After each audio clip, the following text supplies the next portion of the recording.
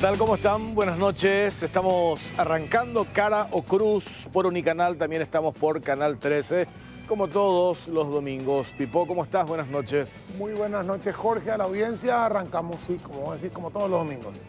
Bueno, ya estamos en comunicación con el ministro de Industria y Comercio, Javier Jiménez. ¿Qué tal, ministro? ¿Cómo le va? Buenas noches. ¿Cómo están, Jorge? ¿Cómo está, Pipo? Encantado de estar con ustedes. Bien, bien. Estamos en una línea un poco ya desde esta semana cuando se dio la visita, la gira oficial del presidente Santiago Peña a Chile y con toda su comitiva. Sé que formaste parte de esta comitiva y hay una agenda muy interesante en diferentes áreas. Una de ellas que tiene que ver con tu ministerio en particular, ministro, pero antes de entrar a cuestiones puntuales, esta visita genérica, que es la visita primera oficial que hace ya después del 15 de agosto el presidente Santiago Peña, ¿qué es lo que rescatamos de lo que pasó la semana pasada con esta gira por Chile? ¿Qué sacamos en limpio, ministro? Y es como vos decís, ¿verdad? Es la primera visita oficial luego de la asunción del mando con un altísimo contenido en esta oportunidad, aparte del tema protocolar y ceremonial y todo lo que implica la visita de un presidente a otro, con un altísimo contenido económico, que es la preocupación del presidente Santiago Peña y el gobierno nacional. Entonces, hubo una agenda, yo casi te diría de que el 80% de las reuniones, luego de la visita al Palacio de la Moneda, fueron destinadas a empresarios y asociaciones y todo giró en torno al tema económico, de hacer negocios, ¿verdad? La obsesión, la sana obsesión que tiene el presidente Peña de creación de empleo a través de atracción de inversiones, que es una de las facetas que el gobierno está impulsando, ¿verdad? Ministro, uno de los temas que habíamos hablado la semana pasada con algunos productores, el tema carne de Chile, ¿verdad? El mercado, creo que el mercado principal hoy de carne es Chile. Ampliar esa venta a Chile para mejorar, por ejemplo, sé que ahora tienen algunos inconvenientes ellos con el mercado de Corea por los precios, algunos inconvenientes con los mercados europeos por el tema de las guerras. Se habló de la posibilidad de ampliar esa cantidad de carne enviada a Chile. ¿Hay mercado para eso? La carne paraguaya ya tiene un posicionamiento destacado en Chile. En situaciones normales ya ocupa el 50% de las importaciones que hace el país, ¿verdad? La carne paraguaya es la más consumida en Chile. Este año aconteció un hecho singular en donde el Brasil, que es un gran exportador, vio su mercado afectado, que es la China principalmente. Entonces, cuando Brasil no puede colocar su carne en China, invade los mercados donde ya se encuentra la carne paraguaya. Entonces, tenemos ahí una disputa con la carne brasilera, pero la carne paraguaya ya tiene su marca, ya es conocida por el consumidor chileno, ya tiene su lugar de destaque en la góndola. Y lo que hacemos es trabajos específicos para seguir aumentando la presencia de marca, que en última instancia también va a llevar a un mejor precio, ¿verdad? También se habló específicamente del tema cerdo. Paraguay tiene la condición sanitaria de un país libre de aftosa con vacunación y Chile es libre de aftosa sin vacunación. Entonces, a través de un trabajo también encomiable del SENACSA, se está buscando poder exportar la carne de cerdo con una aceptación por parte de las autoridades chilenas, y eso va a significar un atractivo muy importante para nuestras exportaciones. Ministro, ¿por qué de lo que se ha hablado, estas reuniones con 50 autoridades del sector empresarial, qué es lo que Paraguay les presenta y que hace que sea para los extranjeros, en este caso puntual para los chilenos por lo que tuvieron la semana pasada, que Paraguay sea atractivo para hacer negocios, para invertir? En este caso en particular se hizo muy hincapié a algo que es estratégico y que el presidente Peña lo definió, yo creo, mejor que nadie. En América del Sur, en el Mercosur, se está construyendo un nuevo canal de Panamá. Él lo llamó así, me pareció una figura fantástica. Un nuevo canal de Panamá representado en este caso por el corredor bioceánico. Eso tiene una importancia trascendental para Chile. ¿Por qué? Porque Chile va a acceder a la octava economía mundial, que es el Brasil, por Paraguay. Porque esta ruta bioceánica, cuando se termine el puente dentro de unos años, Carmelo Peralta, lado paraguayo, y Murtiño, lado brasilero, y se realicen, creo que 300 kilómetros de rutas que hacen falta. Por eso fue la ministra de Obras, también como parte de la delegación, teniendo una destacada actuación. Se establecieron las bases para que este corredor bioceánico beneficie a los puertos de exportación de Chile. Me refiero a Iquique, a Arica, al puerto de Antofagasta. Entonces, estuvieron en las reuniones destacados intendentes y gobernadores de la República de Chile, tratando y felices de que haya ido el presidente Peña a colocar este tema en la agenda de su propio país, ¿verdad? Entonces, hay una oportunidad inequívoca y muy grande en que el Paraguay se transforme en un paso logístico muy importante para que Brasil llegue a Asia por Chile, ni más ni menos. Ministro, se habló de la posibilidad, ¿hay interés en Chile de formar parte plena del Mercosur? Sí, bueno, Chile tenés que partir de la base de que es el país, creo que uno de los países del mundo que más tiene tratados de libre comercio.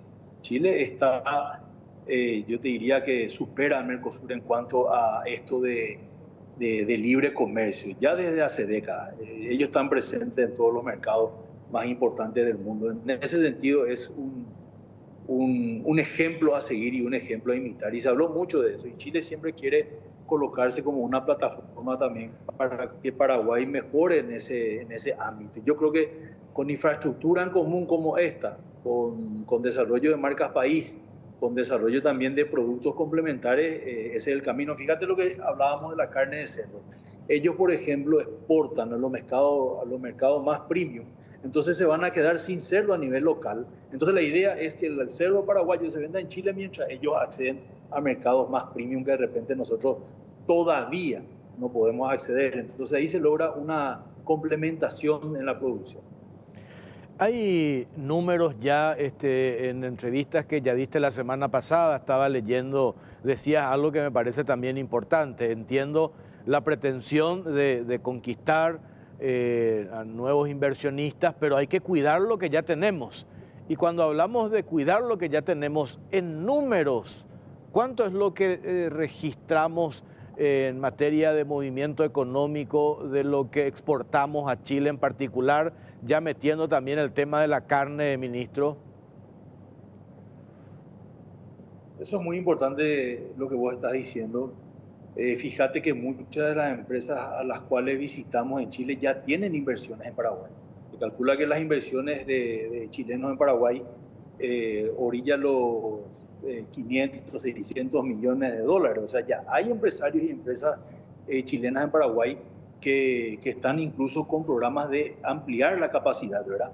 Y cuando se mezcla en una visita de este tipo a empresas chilenas que ya están en Paraguay con empresas chilenas que quieren venir a Paraguay, y se produce una sinergia y una magia interesante porque son los mismos chilenos que hablan maravillas del país, ¿verdad? Mucho más con un gobierno que ofrece la estabilidad macroeconómica necesaria y que está en un plan de desarrollo no solamente del mercado interno, sino de transformarse en aquello que todos anhelamos, que es la plataforma industrial paraguaya para acceder a Brasil.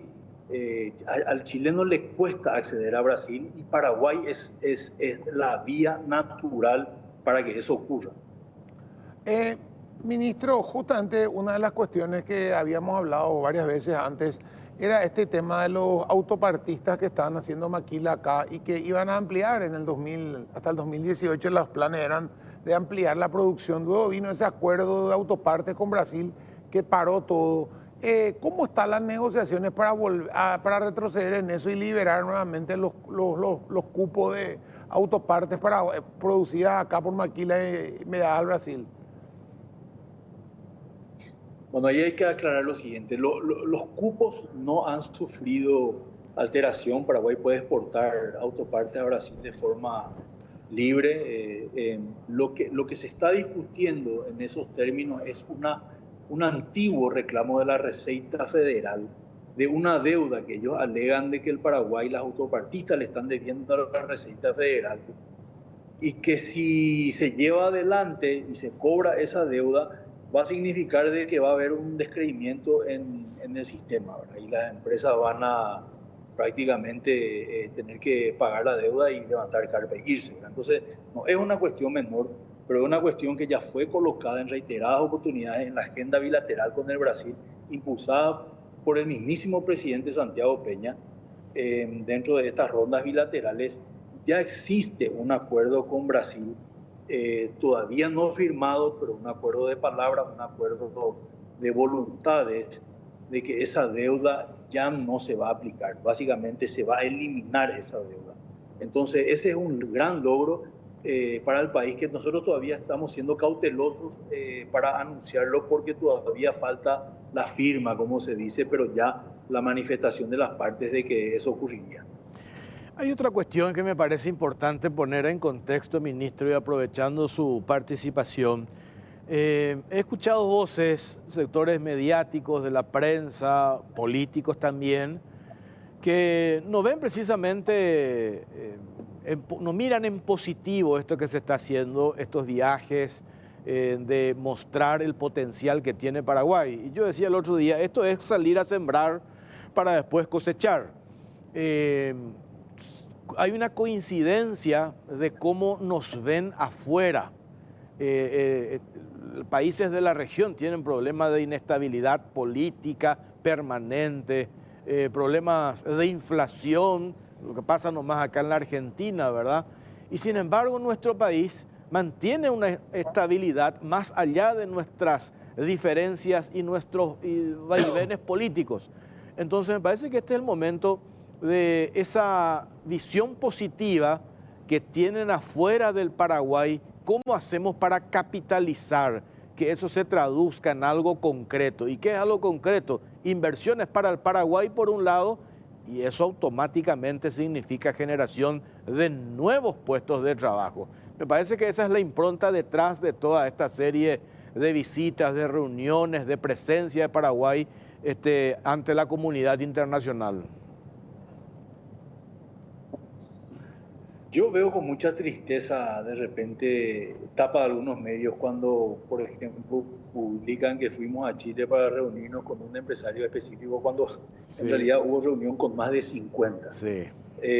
Ahí uno te das cuenta de que todavía seguimos enfrascados en una pelea, hasta si se quiere, electoral, que ya no tiene sentido, ¿verdad? Porque ¿quién va a dudar de la legitimidad del presidente Santiago Peña, que tiene amplia mayoría, ¿verdad? Entonces veo con tristeza, no tengo otra forma de colocarlo, ¿verdad? Porque se nota ahí la parcialidad y cuestiones que tienen que ver con aquello de que a veces somos nosotros nuestros peores enemigos, nuestros peores críticos, ¿verdad? Y veo con lamento mucho de que cuando en esta gira el presidente Peña es una figura que ya se está ganando un nombre mundial, una figura tan positiva para el país, veo que internamente nos hace falta un poco más de patriotismo en ese sentido. En una de las entrevistas de Peña, del presidente Peña, le habían preguntado, uno de los periodistas le había preguntado, y fue una pregunta que hasta que me hace todavía emocionar de cierta forma, ¿verdad? Le habían preguntado, presidente Peña, ¿usted quiere ser recordado por qué? A ver, y el presidente había dado una respuesta que iba en esta línea. Él dijo, yo quiero ser recordado por ser la persona que cambió la mentalidad del país, del paraguayo, de aquello de que transmitir a la gente de que no somos menos que nadie, ¿verdad? Que todo lo podemos, ¿verdad? Ya sea en una negociación con Itaipú, ya sea en una cancha de fútbol, haciendo deporte o ganando medalla olímpica, o por qué no, instalando empresas paraguayas en el contexto regional del Mercosur, exportando nuestros productos. O sea, el Paraguay tiene ese legado de grandeza que solamente va a ser parado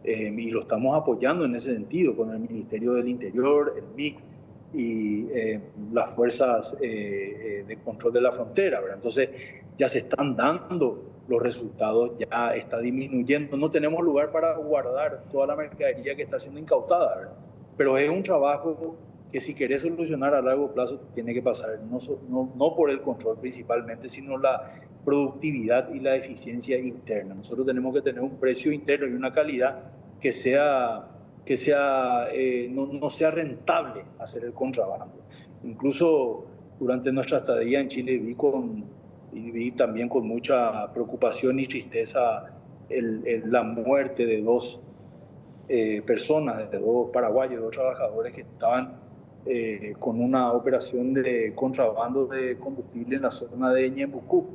Y uno se pone a pensar y tiene que ponerse en el lugar y tiene que decir, bueno, el contrabando va a parar o va a mermar cuando al paraguayo, al trabajador, al compatriota también le ofrezcamos un nivel salarial y de empleo de alta calidad. Porque ¿quién se vaya a cargar un camión de noche arriesgando la vida cuando tiene un trabajo digno de 8 de la mañana a 6 de la tarde con todos los beneficios y bajo grado de formalidad? Entonces es una tarea y una lucha de dos frentes, un frente de control, pero más que eso, un frente de desarrollo.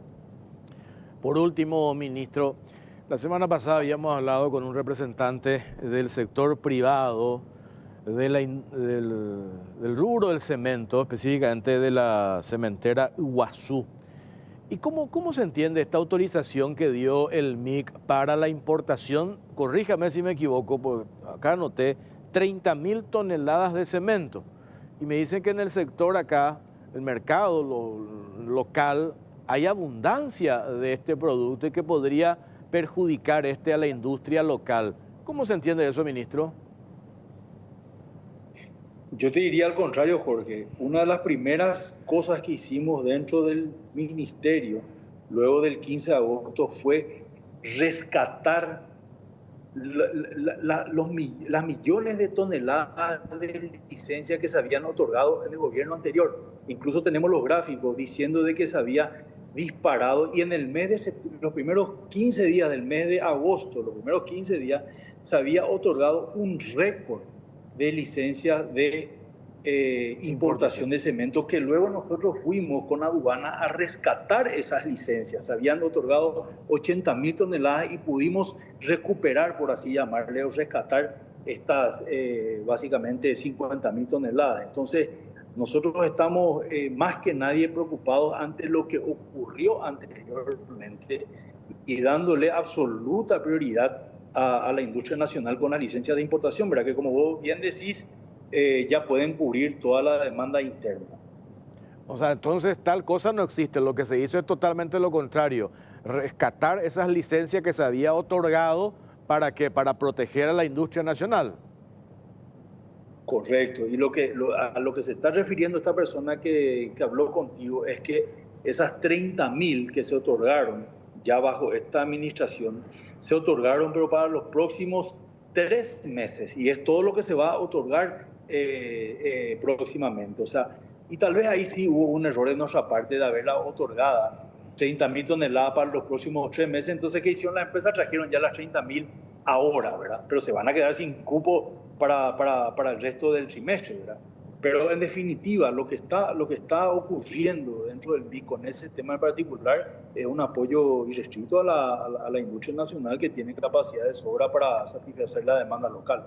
Siempre también estamos, porque eso hay que decirlo, también tenemos una función de atender con cautela también de que no se disparen los precios internos, porque también somos Ministerio de Industria y Comercio. Entonces, que haya también un equilibrio de que si vos cortás la importación de cemento, eso no signifique una práctica de aumento de precios, que yo no creo que pase, ¿verdad? Porque hay 3 industrias grandes en el Paraguay que compiten a muerte por vender sus productos, pero también es algo que a nosotros nos toca velar, porque también tenemos la industria de la construcción, que está preocupada también por un incremento en el precio Entonces es una sintonía fina que hay que lograr pero que sí coincido contigo, que en el gobierno anterior se había volcado absolutamente hacia la importación de cemento y eso está muy mal.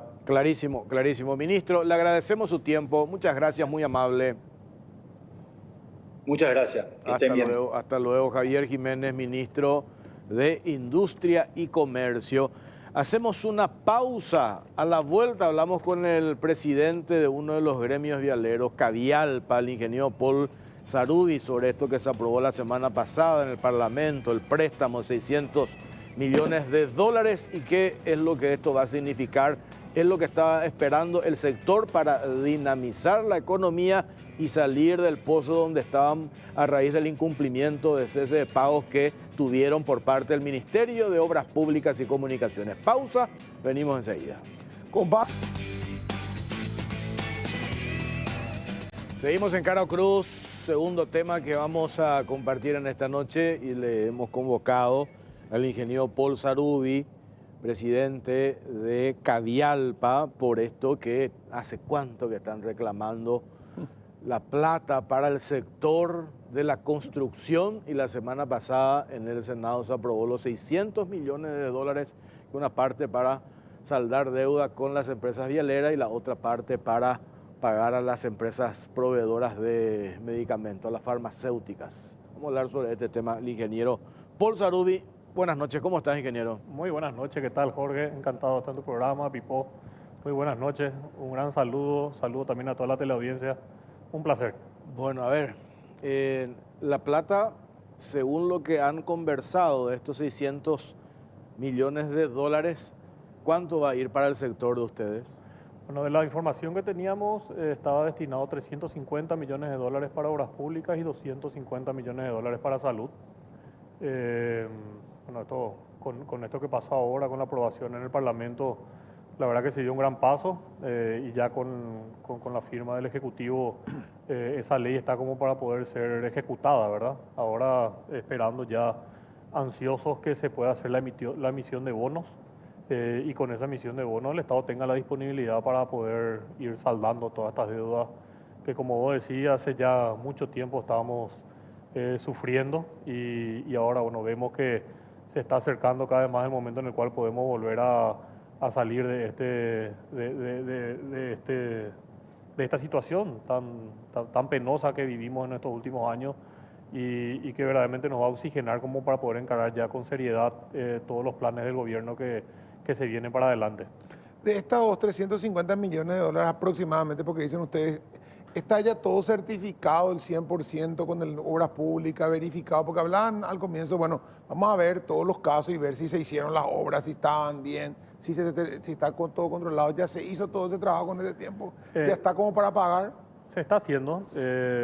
Por un lado, nosotros como gremios hicimos un trabajo interno en el cual agarramos todos los pedidos de pago que había en las certificaciones, contrato por contrato, mes por mes, factura por factura, juntamos todo eso y le presentamos eso al Ministerio de Obras Públicas ya ahora después de la asunción del 15 de agosto.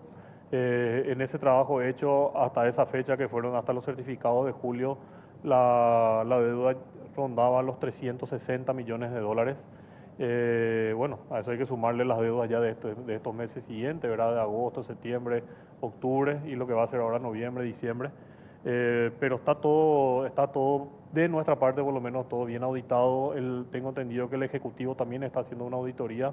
El Ministerio de Obras Públicas también a través de su auditoría interna está trabajando en eso y también la Contraloría está haciendo una auditoría. O sea, acá, y siempre digo, no, difícilmente luego lo que esté como deuda hoy pueda no tener respaldo, porque hay todo un sistema a través de los procesos del Ministerio de Obras Públicas en el cual uno va presentando los certificados a medida que uno va ejecutando las obras y esos certificados no entran al Ministerio y el sistema mismo no permite que entren al Ministerio si es que no tienen todos los respaldos de la fiscalización, del inspector del Ministerio de Obras Públicas, del representante, de cada una de las partes. Y con todos los respaldos también de las pólizas correspondientes para cada contrato, la factura correspondiente para cada uno de los certificados. O sea, hay todo un proceso y una serie de documentos que se presentan que hace que cada una de estas deudas esté súper bien respaldada. Entonces yo no considero que haya ningún problema en ese sentido, ¿verdad? Pero convengamos que ese anuncio lo hizo la ministra de Obras Públicas, la ingeniera Claudia Centurión, de que van a hacer una auditoría. Y me parece Que súper me bien. parece que es lo que corresponde también, ¿verdad? Para evitar Absolutamente. dudas. No, Porque totalmente. hubo, inclusive la semana pasada, unas especulaciones de que, no sé si eso es real, te pregunto si manejas esa info, de que supuestamente se le pagó a algunas empresas, fuera del tema del préstamo, obviamente, porque eso tiene que emitir bono todavía, entre paréntesis, no sé cuándo se va a concretar, se va a efectivizar, pero fuera de esto, que se le pagó a algunas empresas proveedoras, eso es verdad. Se está pagando, bueno, acá hay que diferenciar, ¿verdad? Sí. Hay dos situaciones. Por un lado están las deudas de los contratos que tienen fondos locales, que son las que tienen problemas de fondo como para poder ser pagados. Y por otro lado están los contratos que tienen préstamos internacionales, la de fondos externos. Los que tienen préstamos internacionales no tienen problema de presupuesto, o sea, ese dinero que está prestado está disponible, entonces a medida que se van ejecutando los contratos se va pagando, entonces lo que se está pagando sí son las obras que tienen fondos externos, que tampoco se pagó mucho este año porque también hubo un problema con el tope fiscal de la ley de responsabilidad fiscal. Entonces, una vez que se aprobó y se liberó el presupuesto como para que se pueda seguir pagando, eso entonces ahora se empezó a pagar siempre con una previa auditoría de cada uno de esos documentos, ¿verdad? Pero si alguien cobró, cobró por eso, Jorge, porque verdaderamente hay disponibilidad para ciertos contratos. Ahora la mayoría de los contratos, que son los contratos de fondos locales, de fondos genuinos del Tesoro Nacional, son los que tienen problemas y que están dependiendo de estos 600 millones para poder tener disponibilidad. Sobre el punto, Vipo, Sí. porque he escuchado nomás en la semana de una manera irresponsable y por eso te preguntaba este tema. Evidentemente no se maneja la información, ¿verdad? Hoy esta deuda es lo que por obras financiadas con recursos locales. Sí, Lo que se está pagando, o parte por lo menos lo que se está pagando, es de obras realizadas, proyectos puntuales que tienen financiación externa. tengo entendido Eso que está bien determinado qué obra es en particular. absolutamente. Porque, ¿qué es lo que decían?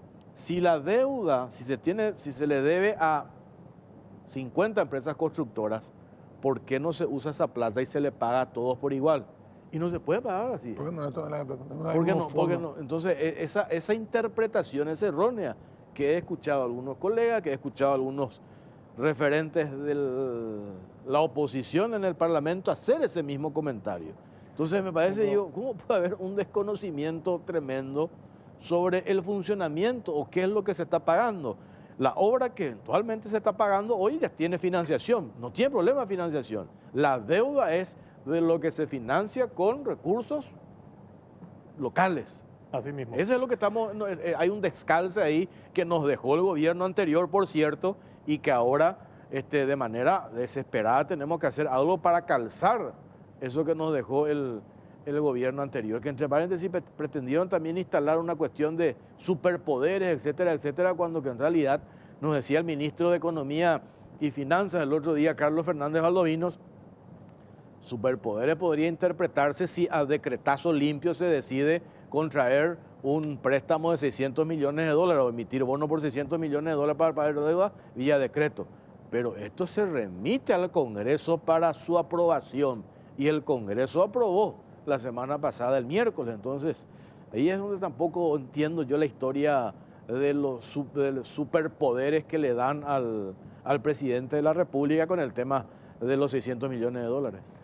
Acá muchas cosas se dicen, Jorge, pero la verdad es de que, primero de todo, y yo no soy parte del gobierno, no tengo por qué defender, ¿verdad? Pero acá no se está...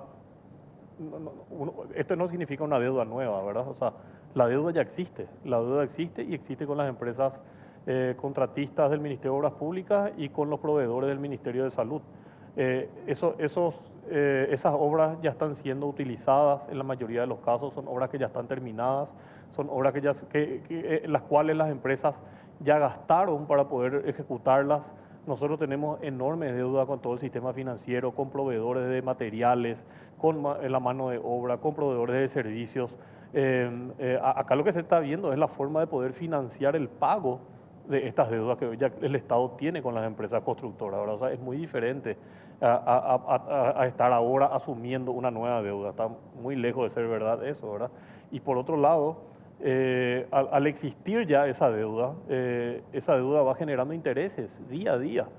Y los intereses que se están generando con deudas que hoy tiene el Estado con el sector privado son muchísimo más elevados que los intereses que el Estado va a pagar con esta emisión de bonos. O sea, al Estado lo que más le conviene en este momento es hacer esta emisión de bonos con tasas de garantía soberana, que son muy inferiores, repito, a las tasas que nosotros le pagamos a los bancos, y dejar de seguir creciendo esta bola de nieve que está creciendo a través de los intereses, que en algún momento también el Estado va a tener que pagar, porque nosotros esos costos financieros ya los tuvimos, estos gastos financieros nosotros ya los pagamos a los bancos en los préstamos que sacamos, ya le estamos pagando a los proveedores por los atrasos que estamos teniendo en los pagos.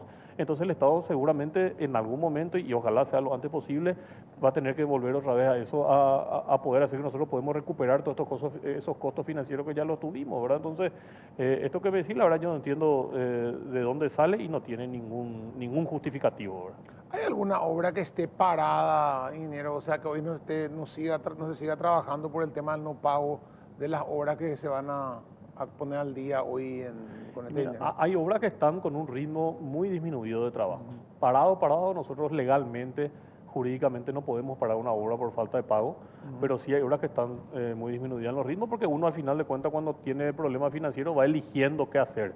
Y hay algunos ítems que para poder ejecutarlos uno tiene que hacer una inversión muy grande y al no cobrar uno no tiene de dónde hacer. O por ejemplo los proveedores de materiales ya nos cortaron las líneas, entonces nosotros no podemos seguir retirando materiales si es que no le pagamos nosotros antes, no tenemos cómo pagar. Entonces eso hace que se genere un círculo vicioso ahí en el cual hay atraso en la ejecución de las obras, ¿verdad? Entonces esa es la situación que hoy se está viviendo y eso va generando un problema que es muy grande, que también es el problema social, ¿verdad? O sea, cuando uno ve las estadísticas de la cantidad de personas empleadas en el sector de la construcción y uno ve como trimestre a trimestre, porque trimestralmente se hacen los informes, está habiendo una disminución en todo el sector de obras, justamente a raíz, por un lado, de esto, ¿verdad? De estas deudas, y por otro lado, de que también están ahora empezando recién a salir nuevas licitaciones, que ojalá salgan lo más rápido posible y en la cantidad suficiente como para que también las obras que van terminando, esas empresas puedan tener después otra vez una consecuente un seguimiento en sus trabajos con obras nuevas que se vayan licitando, ¿verdad? O sea, acá tenemos una tormenta perfecta nosotros en la cual, por un lado, estamos con este déficit de cobro y por otro lado también hay una disminución en la cantidad de obras que se fueron licitando porque este periodo político nos afectó muchísimo y recién ahora se están empezando otra vez a mover las cosas con el nuevo gobierno. Dos cuestiones. Ya tenemos todo el proceso de la aprobación de este préstamo. Ya se cierra el círculo, digamos. Pero ¿cuándo se hace la emisión de bonos? ¿Eso se va a efectivizar? ¿Cuál es la información que les dieron desde el MOPC o desde el Ministerio de Economía y Finanzas? ¿Van a poder cobrar este año o eso recién se va a cobrar el próximo año, tipo febrero? Y la información que tenemos es que la emisión se va a hacer recién el año que viene, entre enero y febrero. Y una vez que se haga la emisión, se va a tener la disponibilidad de esos fondos para poder pagarlos. Ahora, tuvimos conversaciones con el Ministerio de Economía, tuvimos conversaciones también con el Banco Central. Hay otras herramientas que se pueden utilizar para adelantar antes estos pagos y verdaderamente sería súper importante que eso ocurra, ¿verdad? A ver, adelantar, hay herramientas, sabiendo que tenemos lo de la emisión, la aprobación del Parlamento, que cierra el circuito, ahí no hay nada raro, teniendo esa garantía, la emisión de bonos que se va a dar el próximo año, hay herramientas para adelantar. ¿Sabes por qué te pregunto esto? Porque a mí me contaban empresarios también de tu rubro de la construcción. Nosotros no llegamos a fin de año. Es así. Tenemos que pagar aguinaldos, tenemos que pagar salarios, hay que mover la economía, el movimiento natural de dinero que se da en esta época, noviembre, diciembre, y necesitamos por lo menos un balón de oxígeno. ¿Hay garantías de que se pueda dar eso por parte del gobierno para con el sector, ingeniero? Mira, una de las posibilidades, una vez aprobada ahora la emisión de bonos, es que se pueda hacer una emisión por lo menos parcial ya ahora en el mes de fines de noviembre o principios de diciembre. Hay apetito por parte del sistema local de bancos de poder adquirir esos bonos, o sea, se quieren esos bonos. Los bonos paraguayos hoy están muy bien posicionados. Hay muchísima gente que quiere adquirir esos bonos y entonces sería cuestión de que se puedan hacer las gestiones como para que se pueda hacer esa emisión por lo menos parcial antes de fin de año. Y por otro lado también había otra posibilidad en la cual el Banco Central puede hacer un préstamo a corto plazo al Estado como para que el Estado también pueda pagar parte de estas deudas. Te voy a dar un ejemplo. Hace poco estuve con un amigo que tiene un local en el shopping y me dice, se va a pagar las deudas con ustedes, con los contratistas. Y la verdad que estamos trabajando en eso, le dije, no sabemos todavía, pero ojalá se pueda pagar ya. Demasiado importante, y para mí es demasiado importante que se pueda pagar antes de fin de año, porque si no, para mí me mata mi fin de año, me dice. O sea, un local del shopping desesperado porque quiere que el Estado pague esta deuda a los contratistas, porque todos al final sentimos este parate económico que hay con estas deudas que vienen acumuladas en todo este tiempo, ¿verdad? Entonces acá hay una serie de razones, creo que por las cuales esto hay que tratar de apurar. Por un lado también la garantía de la seguridad jurídica que cada uno de nosotros tenemos como empresa, de poder cobrar en tiempo y en forma los trabajos que hacemos, de poder cobrar los intereses si es que hay mora en los plazos de pago. Y también, por supuesto, lo que es la gran función que tiene la obra pública de este movimiento económico que genera, que hoy en día está absolutamente congelado en gran sector por culpa de esta situación que estamos viviendo. Entonces, creo que de todo punto de vista es demasiado importante que esto se solucione lo antes posible, y por nosotros mismos como sector de la construcción estamos en una situación verdaderamente desesperante y cada mes que pasa se agrava más la situación de muchas empresas. Cuando hablaste de la continuidad, darle continuidad a las obras, ¿verdad? Terminan estas obras, se pagan estas obras, terminan ahora. El ministro de Economía nos había dicho acá hacer más con la misma cantidad de plata porque el presupuesto no es que va a crecer mucho. Y una de las posibilidades era, le preguntamos nosotros, la cuestión era el tema de la obra. Ustedes, en algún programa habíamos hablado de cuánto necesitaban que se haga de obras por año para mantener ese sistema, todo el sistema funcionando, ¿verdad? ¿Cuánto se tiene que invertir? Lo que va a salir nuevo, lo que está saliendo nuevo, se está viendo hacerlo vía APP, vía llave en mano, vía algún otro sistema que no implique que el gobierno ponga la plata de fuentes directas así. ¿Hay algún sistema nuevo o qué se está viendo?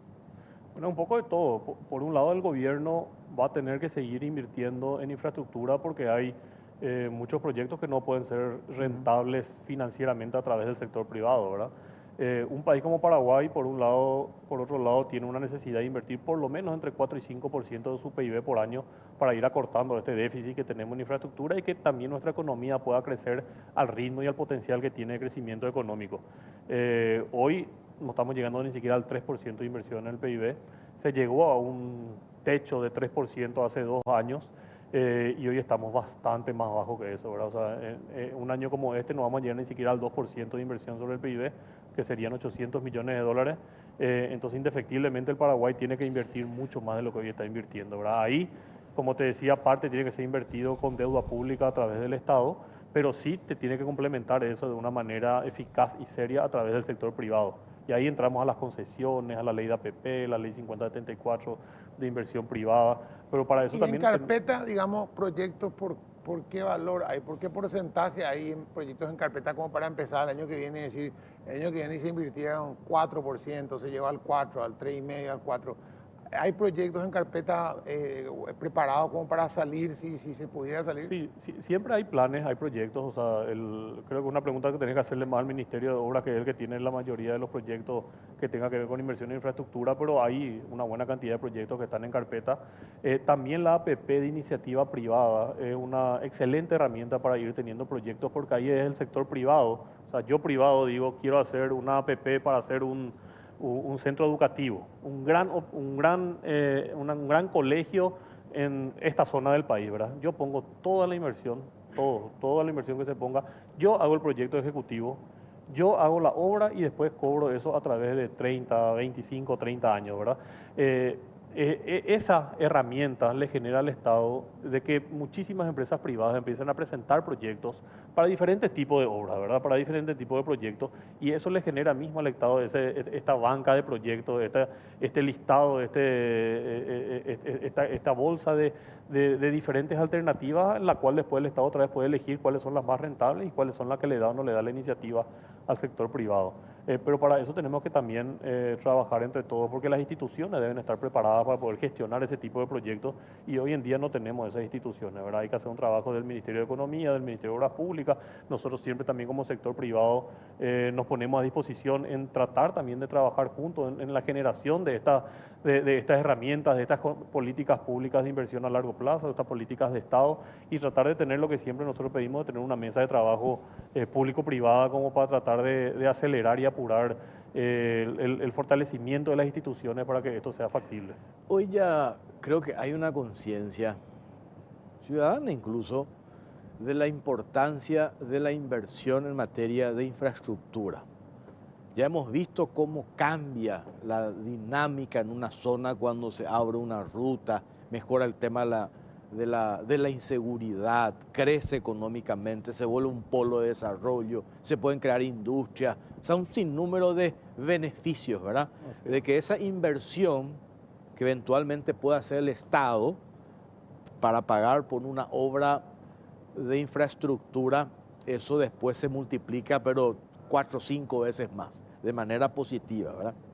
Teniendo hoy esa conciencia, ¿cuál es la herramienta que hoy nosotros, partiendo de la experiencia de ustedes, herramientas que tenemos, la modalidad llave en mano, APP, que mencionaste recién, una herramienta clave, ¿por qué no aprovechamos estas herramientas que tenemos? Porque hay una necesidad. Hoy si entramos en un proceso licitatorio buscando financiación, no vamos a avanzar porque no hay por y la plata, no hay recursos. Entonces, ¿por qué no apuntalamos esta herramienta alianza público-privada y hagamos ya de ahora acá a largo plazo? Porque sabemos cómo y en qué se va a traducir la inversión en infraestructura para un país como el nuestro, donde está todo por hacerse. Es así. Y bueno, es lo que te decía, Jorge, y acá no hay que inventar la rueda, hay que ver también qué hicieron otros países para poder llegar a la infraestructura que hoy tienen, sin endeudarse demasiado. Y cuando uno ve ejemplos como el de Perú, el de Chile, Uruguay, Colombia, o sea, todos esos países crecieron a través de esto, a través de las concesiones y a través de las asociaciones público-privadas, de las APP. Lo que pasa es que mucho de esto pasa por el Estado, pasa por las instituciones. O sea, nosotros como sector privado podemos presentar iniciativas, podemos presentar proyectos de APP, pero la verdad que alguien desde el Estado tiene que analizarlo y tiene que dar la viabilidad de esos proyectos. Y hoy el Estado no está preparado para poder analizar ese volumen de proyectos, ¿verdad? Entonces, tiene que haber un trabajo previo desde el Estado de poder tener las instituciones preparadas. En un momento fue la Secretaría Técnica de Planificación la encargada de esto.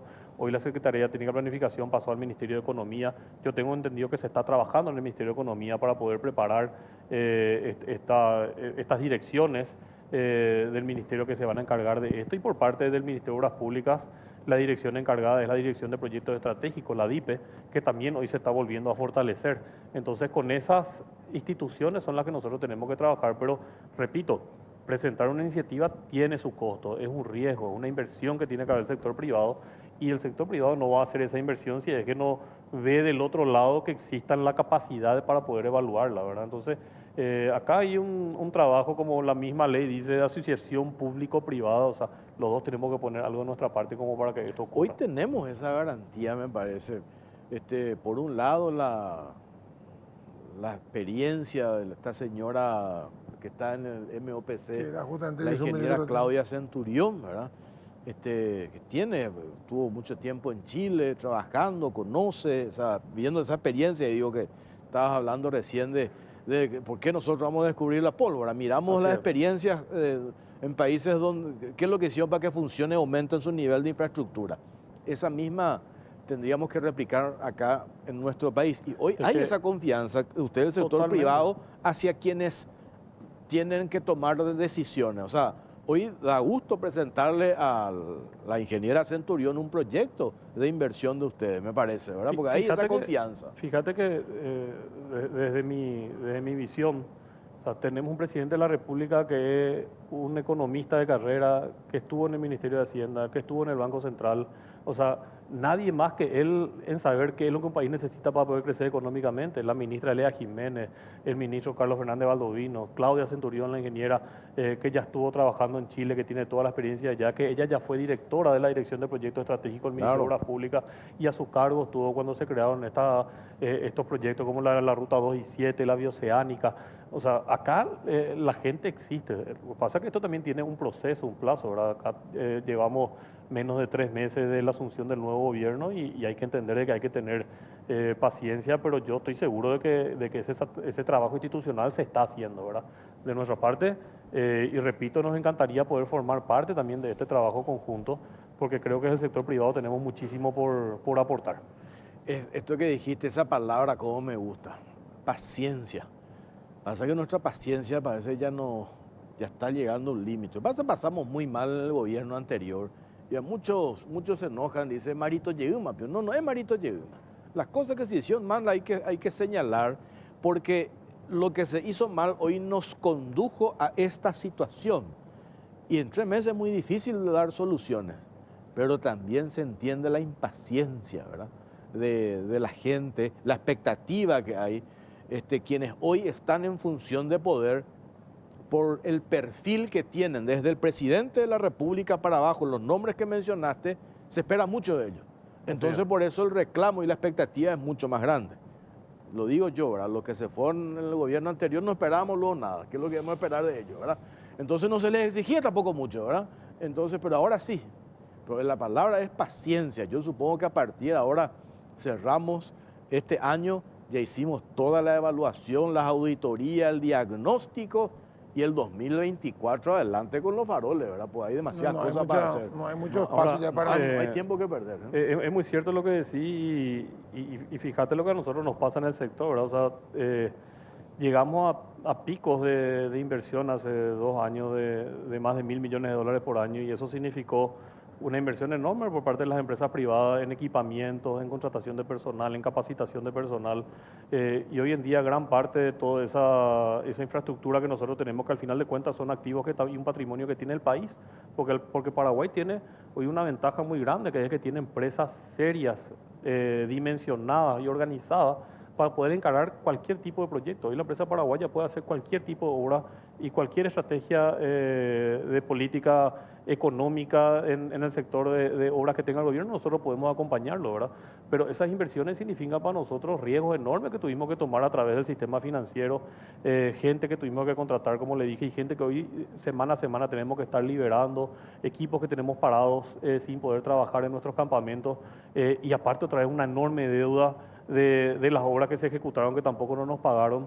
Entonces, a veces es difícil tener esa paciencia de la cual vos hablas, Jorge, pero todos entendemos de que es el camino, no hay otra. O sea, esta es la situación que hoy estamos viviendo y entre todos tenemos que poner para tratar de que esto se solucione lo antes posible y empezar a trabajar en pos al desarrollo de este país. ¿Qué obras? Porque cuando uno habla de APP, siempre se parece que le viene a la cabeza hacer ruta con peaje concesionado. ¿Qué otras obras grandes se pueden hacer a través de la APP que la gente en común así no vemos? Ya, se pueden hacer rutas, se pueden hacer puertos, se pueden hacer centros educativos, penitenciarías, centros de salud, aeropuertos.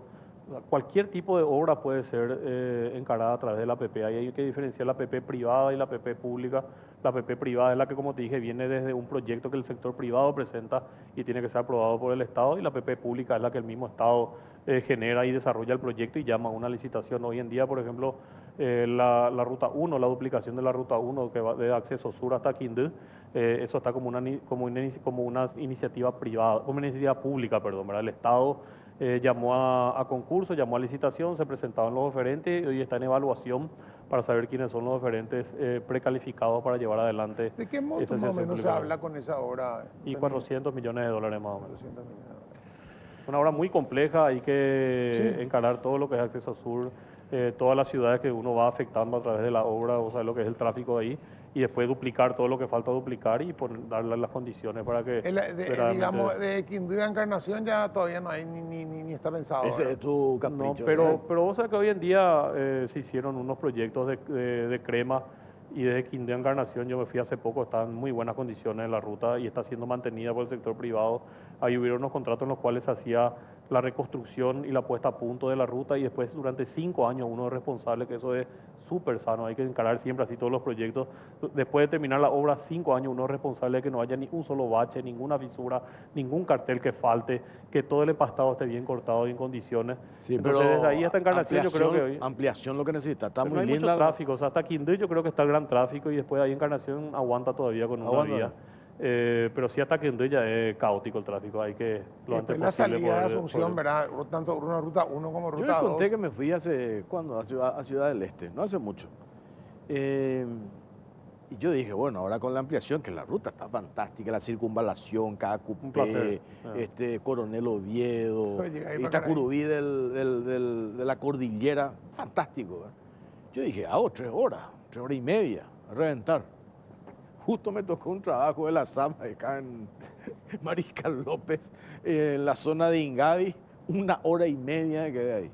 Y hasta llegar al Pacaraí perdí 2 horas. Generalmente Y una al hora final, de Pacaraí. claro, y al 45 final minutos. todo ese tiempo que me ahorré con la ampliación de las 2 y 7, perdí para salir de Asunción hasta Pacaraí. Sí. Entonces ahí también digo, ¿cómo descomprimimos eso? ¿Verdad? ¿Cómo Hay descomprimimos? mucho que invertir en la zona Pero urbana. imagínate una primera proyección que se había hecho de Luque y Pacaraí, todavía ni se definió el proyecto, ni se hizo la adjudicación, nada. Ya vienen las campañas, un medio de comunicación, van a liquidar, destruir los humedales, y le responde la empresa afectada, le dice, pero pues, eso es una estimación, un cálculo, una... Ni vimos por dónde va a ser. Claro, una mirada inicial de cómo sería el proyecto, ¿verdad? Pues todavía no arrancó y acá ya... Hay que pelear contra eso. Hay que pelear contra eso. Hay que desarrollar este país. Falta tanto por hacer. La duplicación de Luque hasta Ipacaraí, la duplicación de Luque Samberg para poder salir a la ruta 2, la duplicación atrás del aeropuerto, el que va y que tiene que pasar ahí por el costado Sí, del aeropuerto para ir hacia Limpio, eso se tiene que duplicar indefectiblemente. 4 Mojones hasta Petropar también, el que vive hacia Ese allá es- tarda 1 hora, 1 hora y media en es llegar. una vergüenza, O sea, la defensor calidad del de Chaco. vida y el ahorro que tiene el país en tiempo de viaje, en cantidad de combustible, en cantidad de mantenimiento. O sea, la gente no entiende. Calidad, Igual que ingeniero, calidad de vida para el ciudadano. para el ciudadano. O calidad sea, de igual que vida. cuando se quiso subir el peaje en la ruta, y la verdad que no es mi tema, pero aprovecho para decirlo. O sea, toda la queja que hubo sobre el aumento de peaje por subir 5.000 o 10.000 guaraníes el peaje, o sea, cuando uno calcula 1 hora y media de ahorro, 2 horas de ahorro en combustible nomás, y uno se está ahorrando 100, 120.000 guaraníes en un viaje hasta Ciudad del Este, 150.000 guaraníes en un viaje hasta Ciudad del Este. O sea, ¿cómo puedes quejarte por pagar 10.000 guaraníes más en un peaje? Hay No. obras, por ejemplo, que no están en la mente. Esta semana estábamos hablando de un intendente de Lambaré, por el caso de los militares que fallecieron en el Raudal, y nos hablaba de 50 situaciones similares de calles que terminan en el arroyo de Lambaré, y nos hablaba de que el arroyo de Lambaré tiene 5 kilómetros, que hay que hacer algún tipo de obra ahí para encauzar el arroyo, proteger el arroyo, y eso es una obra grande que hay que hacer sí o sí. Tiene que hacer el gobierno central, tiene que invertir, porque es una cuestión caótica. Eso sube el agua, la cantidad de agua que viene de todos lados hacia ese arroyo de Lambaré y desemboca en el río. Van a tener que hacer esa obra, es una obra enorme, ¿verdad? Una obra de 5 kilómetros de arroyo que hay que prácticamente canalizar. Y se valoriza todo, Pipo, o sea, desde los terrenos adyacentes hasta la seguridad de los mismos transeúntes. ¿Cuánto vale una vida, verdad? ¿O a vos te parece que alguien va a venir a hacer uno de estos edificios como los grandes edificios que se hacen si es que vos te llueve y tenés un raudal ahí de 1 metro, no tenés desagüe cloacal? O sea, a medida que el Estado va invirtiendo, el sector privado invierte 5 veces más por lo menos, y eso está comprobado. Entonces, si nosotros como país queremos crecer, tenemos que darle las condiciones al sector privado para que invierta. Y ahí está la infraestructura necesaria que el Estado tiene que poner para que después alguien invierta. O sea, ¿cómo se va a poner una fábrica de afuera y va a venir acá a instalarse en el país si es que no tiene energía eléctrica, por ejemplo, en todo el país, ¿verdad? Tenemos que invertir en energía eléctrica. ¿Cómo vas a poder sacar tu producto del interior y que a lo mejor necesitas para una materia prima para poder darle un valor agregado a través de una industria si es que vos no puedes sacar producto porque la ruta llovió y no puedes salir de ahí?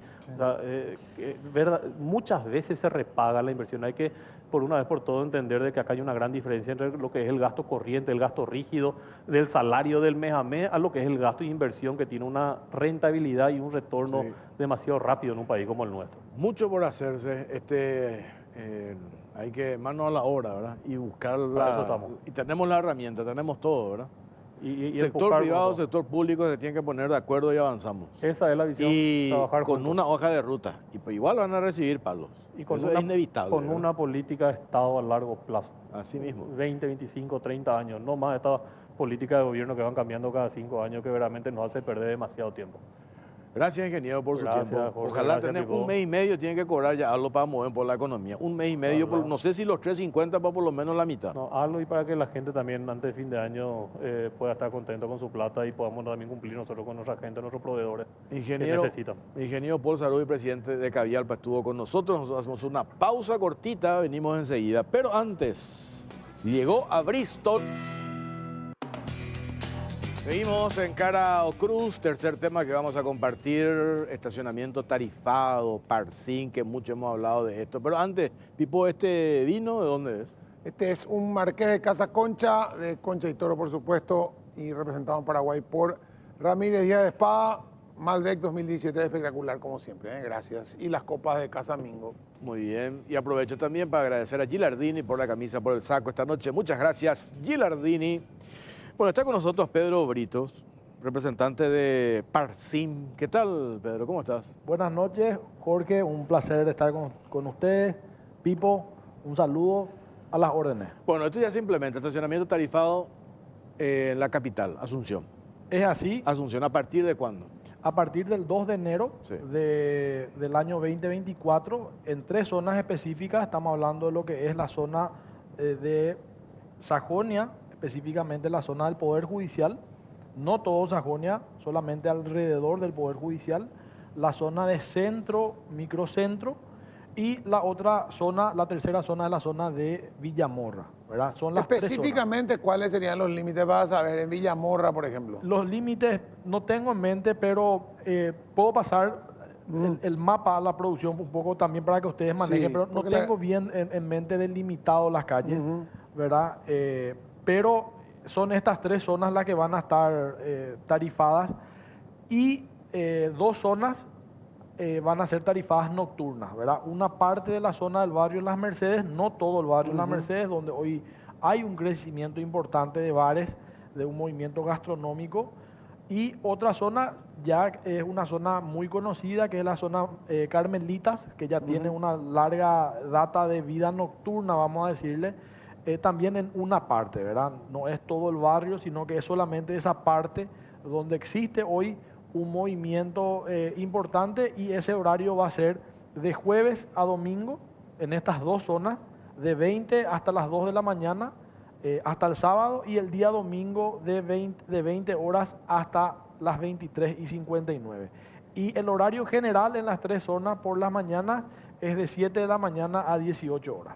Costos por hora, ¿verdad? Esto a partir de ahora yo supongo que deberían entrar ustedes por un lado, la Municipalidad de Asunción también por otro lado, en una campaña de toda la información, el costo hora, ¿verdad? Porque hay cambios, no hay un monto fijo, depende de la hora, depende del lugar. Eso está todo ya establecido, ¿verdad? Está establecido, hace semanas se aprobaba la ordenanza tributaria que establecía justamente todos los costos. A partir de ahí comenzamos a salir ya con los datos consolidados, a poder dar eso a conocer a la ciudadanía. La tarifa es una tarifa plana, tanto a la mañana como a la noche. Estamos hablando de 4.500 guaraníes para la gente que no tenga habilitación de Asunción. Para las personas que tributen en Asunción, que tengan su habilitación de su chapa en el municipio de Asunción, tienen ciertos beneficios, como son las 2 primeras horas libres todos los días, y el 50% del costo de la tarifa. O sea que esa persona en cualquier lugar donde se pueda estacionar tiene 50% en el costo de la tarifa a partir de la tercera hora. Las dos primeras son gratuitas, ¿verdad? Eso va a ser, ¿cuál es el sistema? Porque yo me acuerdo del parquímetro, pero ¿cómo va el sistema? Es totalmente, hoy ya es ¿cómo va eso? Bueno, el sistema tiene una gran innovación tecnológica. Vas a poder bajar una app y justamente esa campaña lo vamos a iniciar dentro de unas semanas. Queremos hacerlo los primeros días de diciembre, donde vamos a salir a mostrarle a la gente cómo bajar la app, cómo registrarse. Eso va a estar vinculado a tu número de celular, en la cual vos vas a poder agregar la matrícula de tu vehículo. Vas a poder también agregar la matrícula de otro vehículo, de tu señora o de tu hijo también, porque hay muchas veces que solés cambiar de vehículo, entonces eso te va a facilitar poder establecer el tiempo que vas a utilizar. Esa va a ser un sistema de pago y es la que más vamos a insistir porque realmente facilita mucho en un caso en donde Jorge esté en una reunión y haya marcado una hora el tiempo. Entonces desde su lugar, de donde está de su reunión, va a poder hacer esa ampliación del tiempo, ¿verdad? Esa es una modalidad de pago. La otra modalidad de pago también incluye una tecnología que hoy es muy utilizada, que es la del código QR. Hoy estamos haciendo la instalación de las cartelerías, en donde en cada cartel tiene un código QR, en donde esa persona va a poder escanear y va a poder realizar el pago, así como hoy lo hacemos en los centros comerciales, en los Siempre bares, va a ser etcétera. pago electrónico. Siempre va a ser pago No hay electrónico. pago en efectivo. Así mismo, eso también forma un cambio cultural también de lo que hoy realmente de una cuestión informal, ¿verdad? Porque hoy se paga nomás luego el estacionamiento, entonces esto quita el efectivo o ese efectivo que hoy está acostumbrado. Y la tercera modalidad de pago va para un segmento que a lo mejor no maneja tecnología, la gente que viene del interior, de más edad, que son los puestos físicos, los medios de pago, que eso va a estar mapeado en la app y vamos a dar también amplia difusión. Ahí O uno sea, va va a una poder- casilla. Exactamente. Y en esa Puede ser casilla en- va a poder pagar en efectivo. Ahí sí va a poder pagar, ¿verdad? O va a poder hacerlo también con QR, con su débito, ¿verdad? De manera agregando, va a dar el dato de su matrícula y el tiempo que va a estar y eso ya entra directamente en el sistema de manera que los chequeadores, los ordenadores vayan controlando y le va a saltar de que ese vehículo está correctamente aparcado y está correctamente pagado ese espacio. Nelson Mora, jefe de gabinete de la Municipalidad de Asunción. ¿Cómo te va, Nelson? Hola Jorge, hola Pipo, hola Pedro, ¿cómo están? Buenas noches a toda la audiencia, a la producción. Muchas gracias. Buenas noches, gracias por conectarte. Una cuestión que forma parte del reclamo de las críticas. Toda iniciativa nueva, sabes que va a tener críticas, eso es inevitable, pero yo decía, ojalá que esto ayude a mejorar el centro o los puntos donde se va a ubicar, que encontremos lugar, espacio, etcétera, etcétera. ¿Cómo se estableció el tema del porcentaje? Que hoy estaba leyendo también que es una de las críticas, 65% la empresa Parsim, 35% la Municipalidad de Asunción. Y ahí se hace la relación. La empresa va a llevar 3.000 millones, la Municipalidad 1.500. ¿Cómo se explica eso, Nelson? Bueno, eso ya viene arrastrándose desde el mismo nacimiento del vínculo Parsim con Municipalidad, varias administraciones anteriores.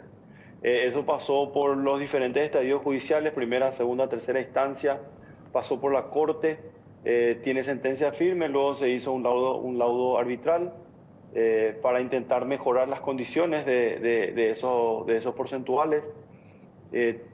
Tengo entendido que al inicio de la administración del intendente de Necho sí se mejoró cierta parte del porcentaje, pero ya quedó fijo y establecido por ambas partes. Es decir, mucho de lo que tenemos hoy de Parsim, si bien podemos decir que viene de una obligación pre-administración en hecho, vemos que hoy sí es una oportunidad para nosotros, para los asuncenos y para la administración municipal. Y lo vemos por lo siguiente, podemos decir que los porcentajes pueden ser mejores, yo creo que estaríamos hablando en la verdad, pero eso no implica también de que la implementación de un sistema de esta naturaleza tiene un costo operativo bastante interesante, que seguramente cualquier municipio no puede absorber, crear una app, darle vida a la app. traer lo que implica logísticamente, es decir, hacer como una puesta en escena tipo llave en mano, que es más o menos el arreglo que estamos nosotros teniendo hoy día con Parcina. A nosotros nos da una facilidad porque finalmente es el consorcio quien está ocupándose de muchos de los aspectos logísticos de la implementación del estacionamiento tarifado. Nosotros simplemente estamos dando un seguimiento, un control de que los términos en que está establecido el contrato se vayan respetando, y también de paso estamos recibiendo un porcentaje financiero que seguramente de otra manera no íbamos a recibir.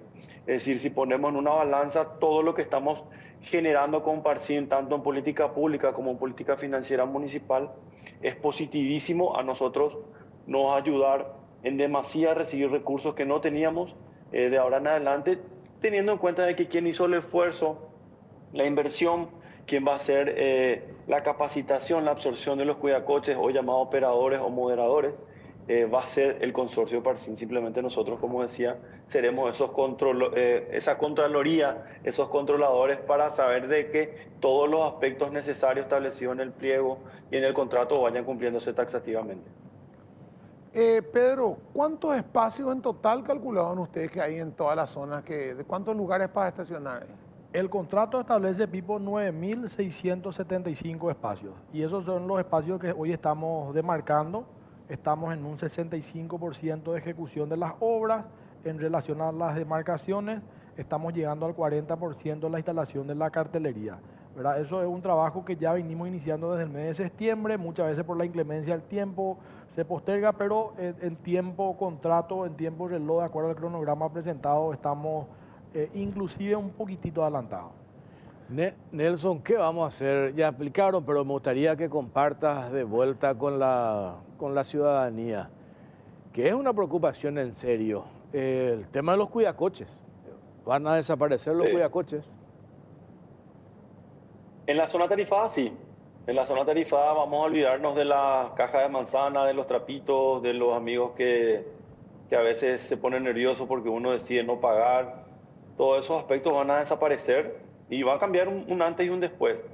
Por dos aspectos, Jorge. Por un aspecto, porque hay personas que de no existir para el sistema financiero o ni siquiera de política social pública del Paraguay van a pasar a ser parte por primera vez. Van a ser gente que va a recibir un salario, que va a tener IPS, va a tener cobertura social y cobertura médica.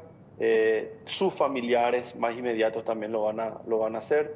Eso sin duda va a marcar un antes y un después en sus vidas.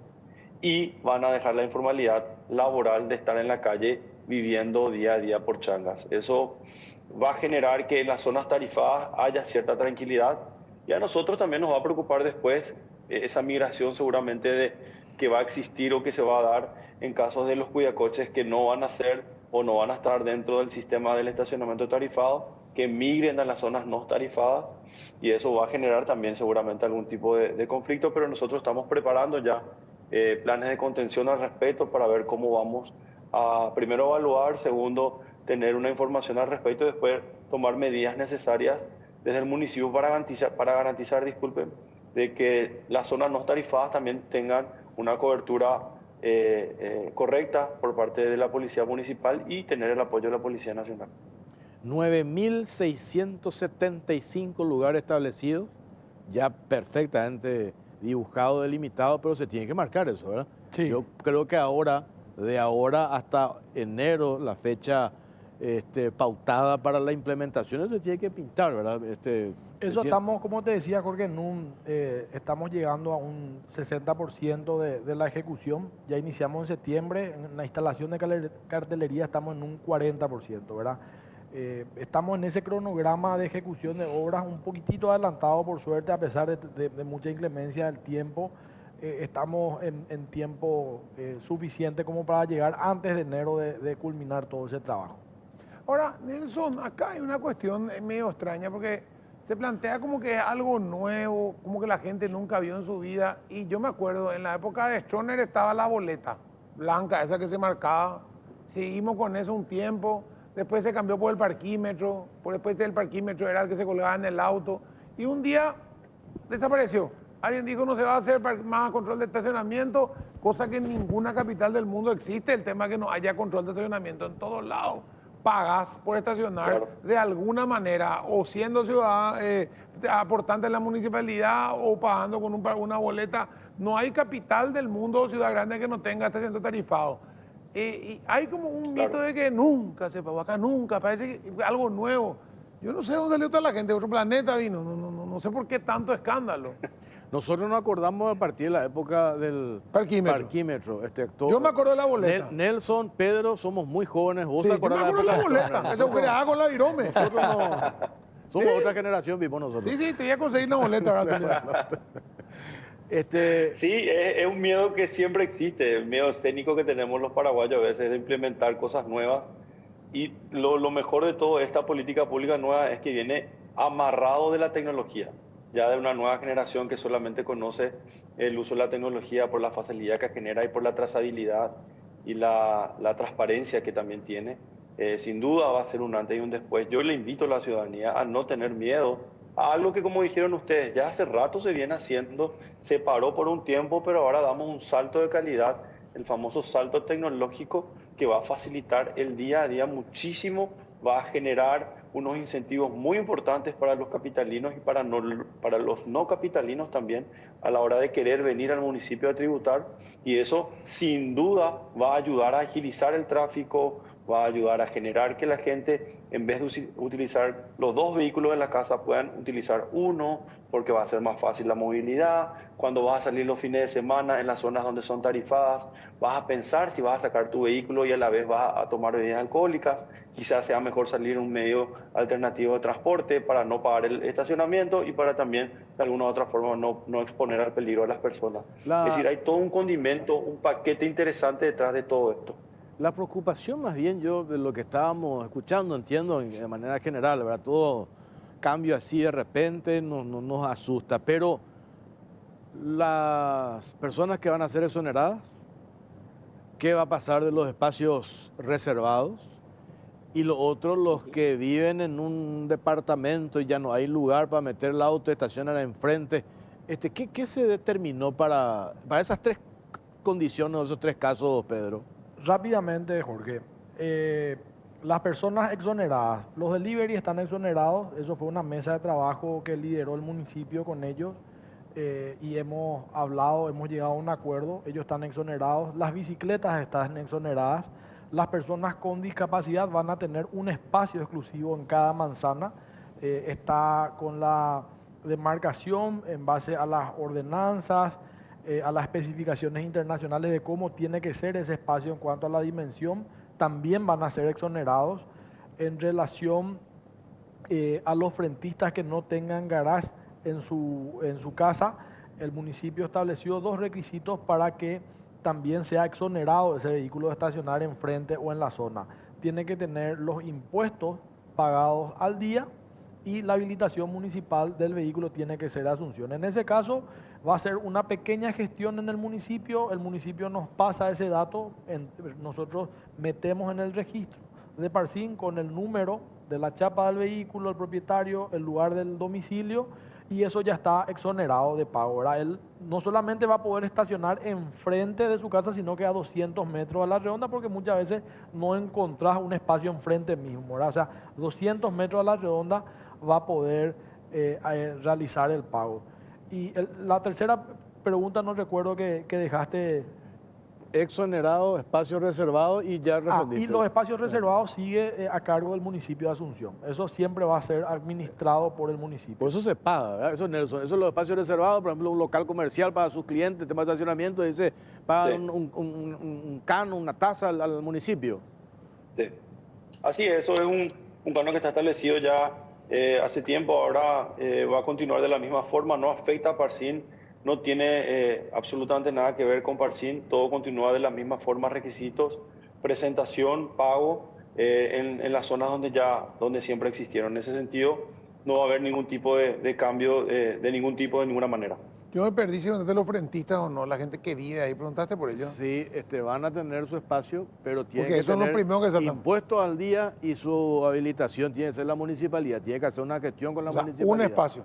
Un espacio 200 metros a la, ¿verdad? 200 así, metros a la es redonda. Porque a lo mejor no tiene enfrente y por 200 metros va a estar estacionado. Ahora, Es es así. ilimitado, o sea, no es que vos vas a estacionar, luego te vas a estacionar, vas a poder tener hasta 4 horas tu auto, porque había una época, me parece que vos podías tener hasta 4 o 5 horas como para que la gente derrote. Hoy vos podrías entrar a las 8 de la mañana a trabajar y recién a las 4 de la tarde comprar 8 horas y estar hasta las 4 de la tarde sin problema. Bueno, lo que permite el sistema, Pipo, es que justamente hay una circulación importante, ¿verdad?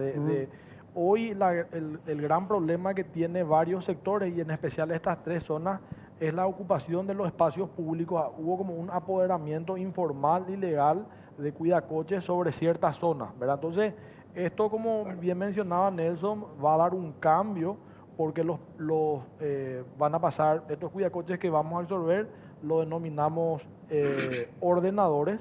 Ellos van a ser ordenadores, van a estar correctamente uniformados, identificados con nombre y apellido en el pecho. Entonces ellos lo que van a hacer ahora es poder ayudar a estacionar correctamente, indicarle al conductor, al ciudadano, ahí tenés un espacio, acá a la vuelta hay 2 espacios libres. Entonces ese va a ser la tarea hoy del ordenador. Y va a ser el chequeo a través del sistema con un celular. Va a ir ingresando la chapa y ahí va a ver si efectivamente pagó ese espacio. ¿Qué pasa si yo no pagué? Él le avisa a la grúa o al cepo.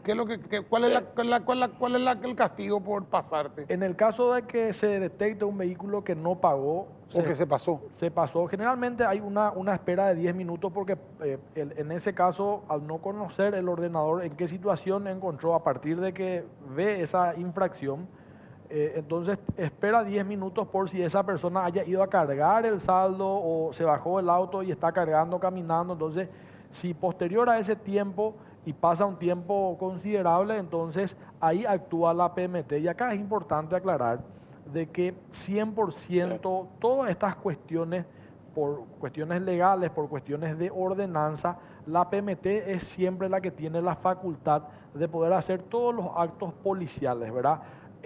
Bajo ningún punto de vista, bajo ningún sentido, los ordenadores pueden ordenar ni dar indicación a la PMT. Eso no es así. La PMT tiene esa autonomía y esa autoridad sobre todas las cosas para establecer la multa y configurar la multa, imprimir y firmar la multa. A partir de ahora esto hay Así mismo. que socializar, Nelson, hay que socializar. Ojalá que esto funcione, porque ya hablaste recién, Nelson, de todos los beneficios para el asunceno y también para el que no es asunceno, ¿verdad? El que ingresa a la ciudad. Yo siempre cuento la experiencia que ya estoy fuera de Asunción, pero al ir al microcentro perdés muchísimo tiempo buscando un espacio donde estacionar. Tenés que recurrir al espacio del estacionamiento privado. Generalmente está todo lleno, tenés que dejar la llave, te cobran un costo, etcétera, etcétera.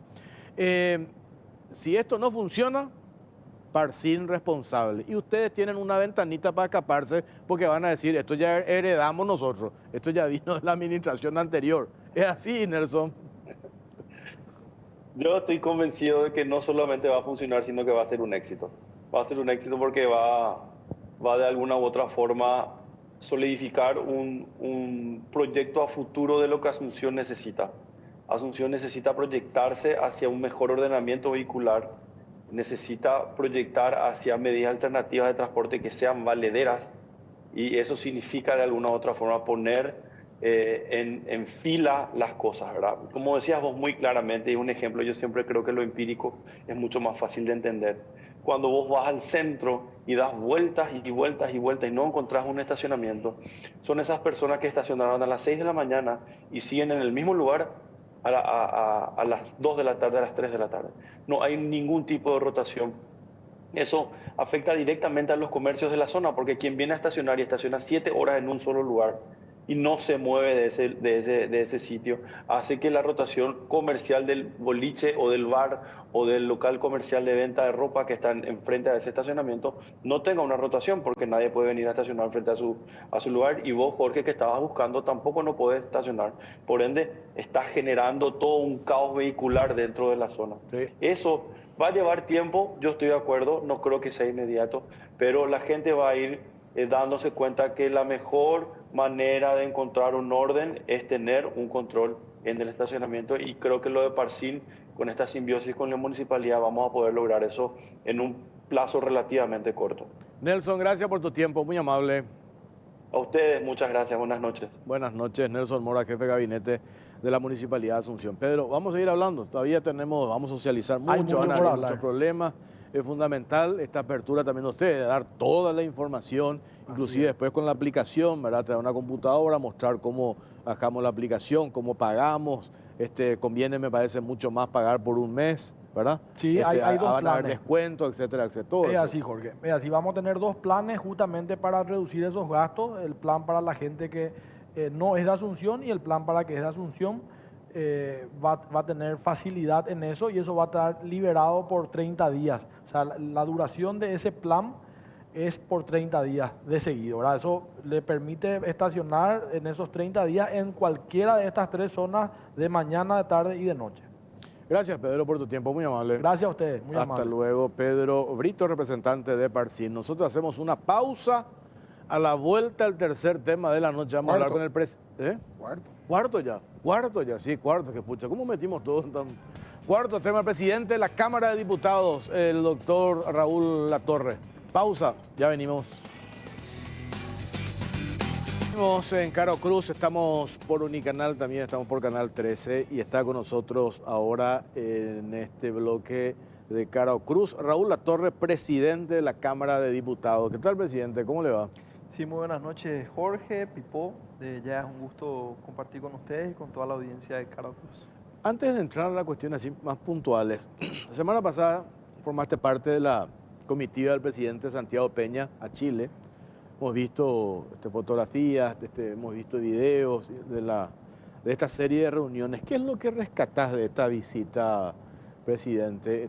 Hablábamos más temprano en el primer bloque con el ministro de Industria y Comercio y él hacía referencia al interés del país trasandino de mirar a Paraguay como potencial para invertir, de los empresarios, estos 50 empresarios con quienes se reunieron, y les llama la atención esta estabilidad económica que tenemos en nuestro país, a diferencia de otros países de la región, por cierto. Sí, yo quiero referirme a 3 puntos. En primer lugar, una visita al presidente Boric, donde la cuestión fundamental fue el corredor bioceánico. Nosotros tenemos que entender de que tenemos una ubicación geográfica privilegiada bajo esa lógica.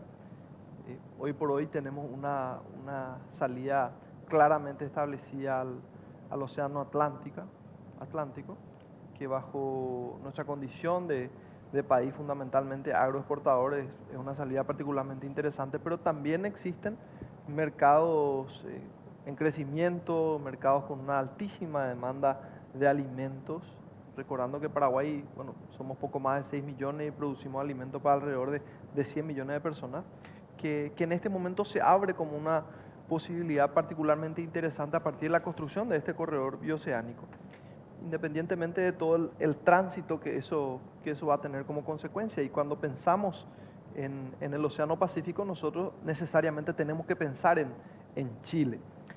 Existe un interés manifiesto del fortalecimiento de esa interacción comercial, de esa apuesta, tanto del presidente Santiago como del presidente Gabriel Boric. Entonces, ese es un punto que hay que destacar. O sea, la relevancia de la construcción o la finalización de ese corredor bioceánico en nuestra condición de país mediterráneo por un lado, pero que por otro lado en ese tránsito bioceánico vamos a estar en el medio por un lado. Por otro lado también otra arista de ese viaje tiene que ver con la diplomacia parlamentaria. Existe una apuesta sobre la cual venimos conversando con el presidente Santiago, que tiene que ver con el fortalecimiento de los vínculos de nuestra nación con otros países a partir de la interacción entre sus parlamentos. Tenemos que recordar de que por constitución en nuestro país no hay reelección, entonces los representantes del Ejecutivo, según me manifestaba el presidente Santiago, y yo concuerdo plenamente, van a durar 5 años. Sin embargo, no tenemos esa condición constitucional en el Parlamento y tenemos representantes que tienen 10, 15, 20, algunos 30 años. y los nexos que puedan generarse en ese sentido tienden a perdurar más por una cuestión de la condición constitucional. Entonces, es una apuesta que estamos haciendo con el presidente Santiago bajo la lógica del fortalecimiento de la presencia del Paraguay en el mundo.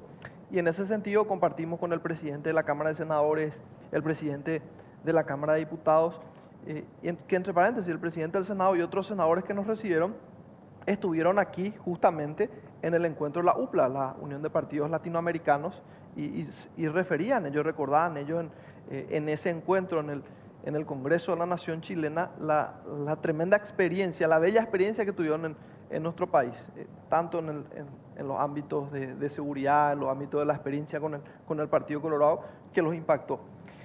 Y en un tercer componente, no menos importante, y hasta me atrevería a decir el más relevante en este momento, compartimos con diferentes grupos de empresarios chilenos. Veo en imágenes, por ejemplo, la reunión que se sostuvo con la SOFOFA, que es la Sociedad de Fomento Fabril, que vendría a ser un símil a la UIP, la Unión Industrial del Paraguay, allá, pero que tiene más de 100 años, grupo de empresarios chilenos que ya están invirtiendo en nuestro país. Y como decían ustedes, existen condiciones en el Paraguay que hacen ideal poder invertir aquí. La baja presión tributaria y el compromiso del presidente Santiago Peña no elevar impuestos, la alta disponibilidad de energía limpia y renovable en base a la producción de nuestras dos hidroeléctricas, que en este momento tiene excedente. En este momento el Paraguay exporta energía limpia y renovable, el bono demográfico, entre la estabilidad política, porque hay una característica que tiene nuestro país, que es su alta predictibilidad, y su estabilidad política, que es altamente cotizado por el sector empresarial, que es distinto o distinta a lo que está pasando en el resto de la región, donde hay una tendencia a elevar impuestos, existieron varios levantamientos sociales, determinada inestabilidad. La propia República de Chile, recordemos que vino de un estallido social importante, en este momento en un proceso de revisión, de la segunda revisión constitucional. Justamente el día que nosotros visitábamos al presidente Boric, se estaba presentando el trabajo de los constituyentes que va a ser llevado a votación. Entonces, existen estas condiciones que hacen particularmente atractivo a nuestro país para la inversión, y también hay que decirlo, el concepto o las experiencias que vertían los empresarios que vinieron a invertir aquí en el Paraguay fueron más que positivos. Entonces, estamos muy esperanzados en incrementar la inversión, en este caso de Chile y el del resto de la región, en nuestro país, que va a tener consecuencias importantes, en primer lugar en la generación de empleo y en segundo lugar en nuestro desarrollo económico, Jorge. Raúl Latorre, ahora dirigente importante de Asunción, el más votado de los diputados, miembro del Comando Político Honor Colorado. Ahora hablando de esa posición, se habló mucho estos últimos días de fricciones, bueno, ¿quién habló? Habló un sector de la prensa que siempre habla de lo mismo y que quiere instalar ciertas cuestiones que sin ningún sustento más que la imaginación o el propio deseo interno del que emite la opinión. ¿Existe algún tipo de rozamiento, algún tipo de fricción dentro de Honor Colorado? ¿Existe el peñismo en formación o se sigue trabajando con esa misma armonía que se trabajó todos estos años? Yo creo que el movimiento Honor Colorado está pasando por un momento de particular fortaleza, de particular armonía. Seguimos creciendo en términos de adhesión dirigencial, de acompañamiento de parlamentarios que están tomando como alternativa seguir o acompañar este modelo. Hay que decirlo, hay un gran entendimiento y una gran armonía entre la conducción de la República por parte del presidente Santiago Peña y la conducción del Partido Colorado por parte del presidente del Partido Colorado, Horacio Cartes. Nosotros entendemos, porque esto lo hemos analizado, construimos, de hecho este jueves tuvimos una reunión del Comando Nacional del Movimiento Honor Colorado, un espacio que logramos construir donde se debate, donde se dialoga, donde se analiza y donde se disiente, que es propio al espíritu democrático que tenemos los colorados. Y en ese sentido, desde hace tiempo nosotros llegamos a la conclusión de que, bueno, ante el momento de fortaleza que estamos viviendo, lo que van a buscar los adversarios es plantear una división, crear un cisma dentro de nuestro proyecto político.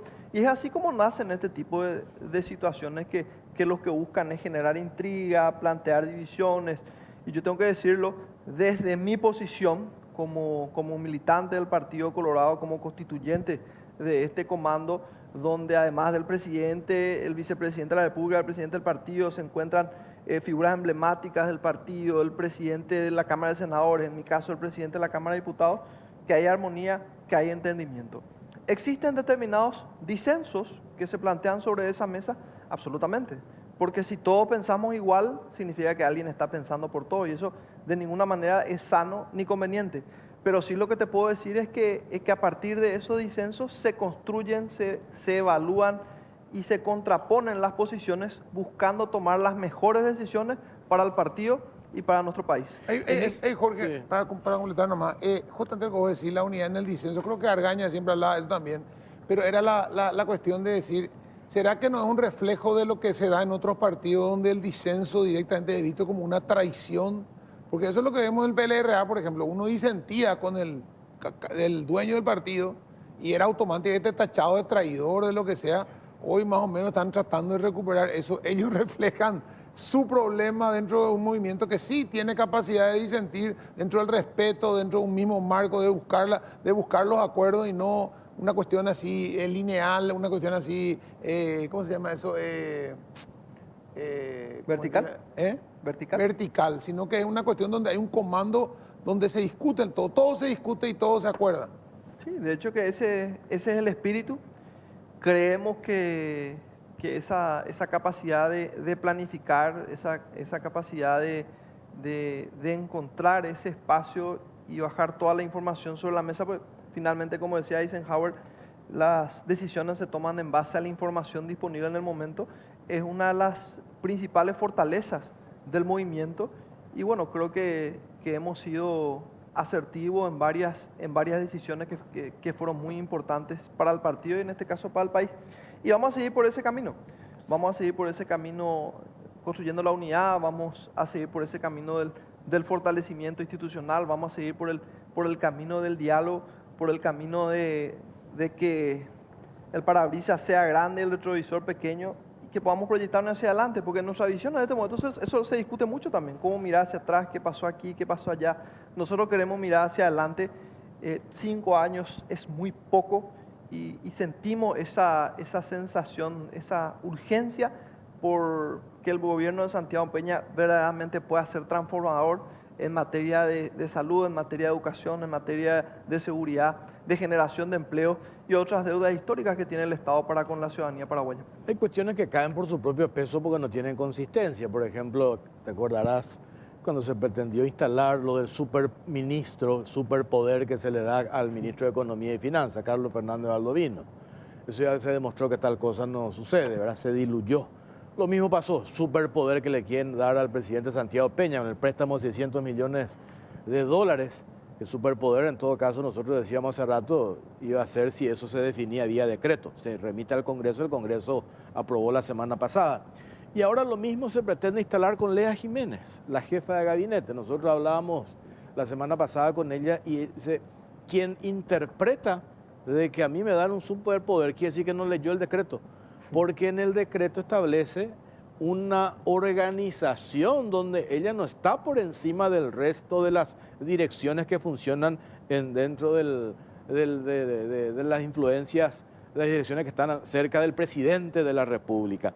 Pero también se pretende instalar eso, el riñón del cartismo, como si fuese que Lea salió del riñón, no sé de dónde, fue candidata al Senado, hizo campaña del Movimiento Honor Colorado, etcétera, etcétera. Pero digo más como esas cuestiones, supongo yo que generan intrigas, como decía el presidente del Congreso, el senador Silvio Beto Velar, fantasías de nuestros adversarios que pretenden desviar las cuestiones de fondo. Hay un reclamo que se dio también la semana pasada de un diputado, cuestiones muy urgentes, como por ejemplo el informe de la Contraloría, la bicameral que se conformó. Hay cuestiones que no pueden quedar impunes. El robo del dinero público, estos números que saltan en el manejo de algunas instituciones del Estado. Me parece que son temas urgentes y no estas cuestiones que apuntan a erosionar algo que está funcionando, ¿verdad? Porque mencionaste esa reunión de la semana pasada en Burubí-Charoga, el Comando Honor Colorado, donde estaban todos, ¿verdad? Donde lo que menos se notaba allí era división. No, de hecho que sí. Como bien lo dijiste, Jorge, Lea es una compañera, fue candidata al Movimiento Honor Colorado, fue ministra, la primera ministra mujer del Ministerio de Hacienda del gobierno de Horacio Cartes, fue una compañera candidata al Senado que constituye hoy, forma parte del comando del Movimiento Honor Colorado. Y finalmente yo también le di una mirada al decreto, Jorge, y lo que se plantea es un reordenamiento, una reorganización del entorno inmediato del presidente de la República, que de ninguna manera escapa a lo que son sus atribuciones. Y tampoco eso se superpone con otras atribuciones que fueron designadas por la Constitución. Porque se hablaba también de que era una cuestión contra el vicepresidente Aliana. El vicepresidente Aliana es, además un amigo y un compañero, es el nexo constitucional del Poder Ejecutivo con el Poder Legislativo, es quien por Constitución ejerce la representación del Ejecutivo ante la ausencia del presidente. De hecho, que cuando viajábamos a Chile, antes de subirse al avión, Santiago él firmaba unos documentos a partir de los cuales Pedro quedaba con la representación, con el ejercicio de la presidencia ante la ausencia de Santiago.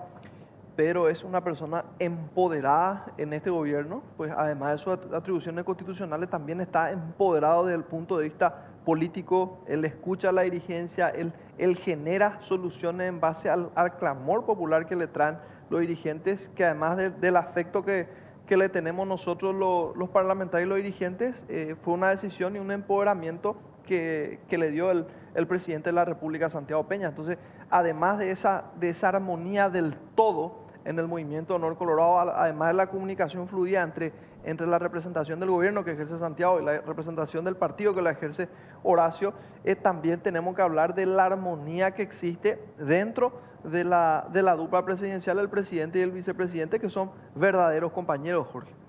Hablando un poco de lo que hablaba, de lo que decías del relacionamiento del Ejecutivo con el Parlamento, ¿cómo está el tema presupuesto 2023 que está ahora en manos de ustedes? Creo que estaban ustedes ahora para aprobar el proyecto, un proyecto de Ejecutivo y un proyecto de senadores, era de la Comisión Bicameral y está en manos de diputados, ¿verdad? Es así, el proyecto ya está en la Cámara de Diputados, va a ser tratado este lunes, según fue definido por la comisión directiva, por la mesa directiva de la Cámara de Diputados. Ya existen dictámenes que fueron emitidos por la Comisión de Presupuesto de la Cámara de Diputados. Y en ese sentido, mira, nosotros hemos tenido una posición histórica como movimiento.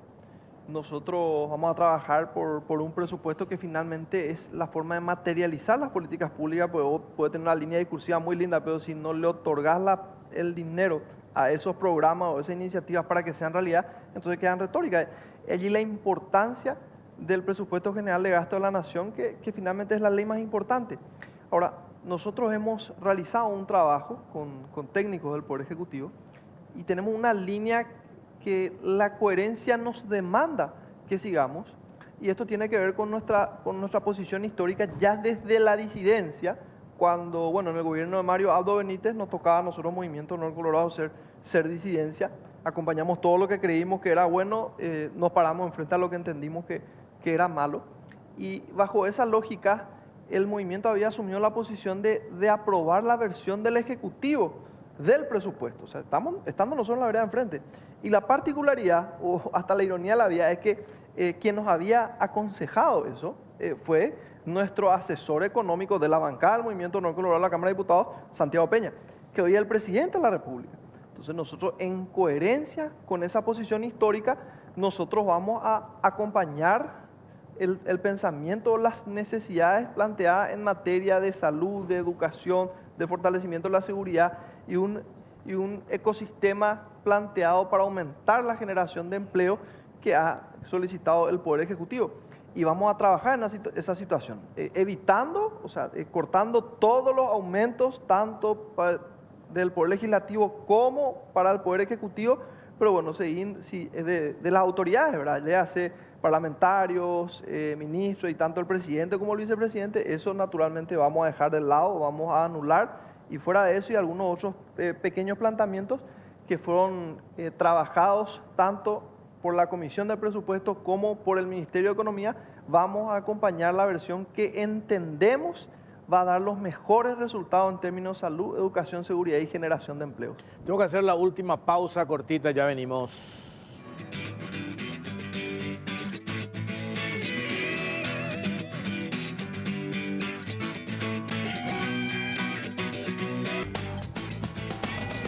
Bueno, ya no tenemos más tiempo, nos tenemos que retirar. Le agradecemos al presidente de la Cámara de Diputados. Había dicho el presidente Santiago Peña, la armonía de esta familia a toda costa quiere erosionar.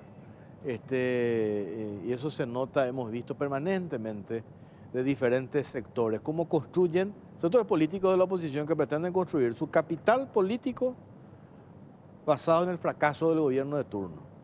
Cuando que el fracaso de Peña, el fracaso del Paraguay, ese nivel de entendimiento me parece que nos falta. Pueden cometer ustedes oficialistas errores, claro, pueden cometer errores, pero mirar para adelante, por el fracaso de este gobierno, el fracaso del Paraguay, esa relación tenemos que tener presente. De lo contrario, como nos decía Paul Sarubi, el sector privado, si nosotros tenemos esa mirada, nos vamos para atrás, necesitamos ir para adelante, presidente. De hecho que sí, esa es la lógica, es la lógica que nosotros naturalmente estamos aplicando en nuestra condición de ser compañeros del gobierno de Santiago, y es la misma lógica que aplicamos cuando nos tocó la disidencia, donde decíamos, bueno, nuestro rol como disidente, y a veces por algún motivo o por muchos motivos, la oposición más fuerte se encuentra dentro del Partido Colorado y en la disidencia. Y en nuestra condición de disidente nosotros llegamos a esa conclusión. Dijimos, bueno, nosotros necesitamos que al Paraguay le vaya bien, absolutamente. Entonces, ¿cuál va a ser nuestro rol de disidente? Y nuestro rol de disidente va a ser cuestionar aquello que no sea beneficioso para los paraguayos, de manera que lo que esté mal pueda, en la medida de nuestras posibilidades, pueda ser corregido hacia algo que haga mejor y acompañar a lo que está bien. Esa es la lógica a partir de la cual debe ser construida una democracia. ¿Y por qué es bueno que hayan diferentes voces? Para que a partir de la contraposición de pensamientos se pueda encontrar la verdad o los mejores caminos. Bueno, lamentablemente eso no siempre es lo que sucede y bueno, a veces se plantean este tipo de situaciones donde lo que se busca es destruir al adversario, destruir las condiciones del gobierno, destruir sus capacidades para generar una mejoría, para que los paraguayos puedan estar mejor, para generar un bienestar y a partir de eso construir un camino de crecimiento político, pero de ninguna manera es lo que más le conviene al país. Gracias, diputado, por su tiempo, muy amable. Siempre es un gusto compartir con ustedes. Gracias por la invitación. Pipo, nos vamos, gracias por acompañarnos. Buenas noches. Chao.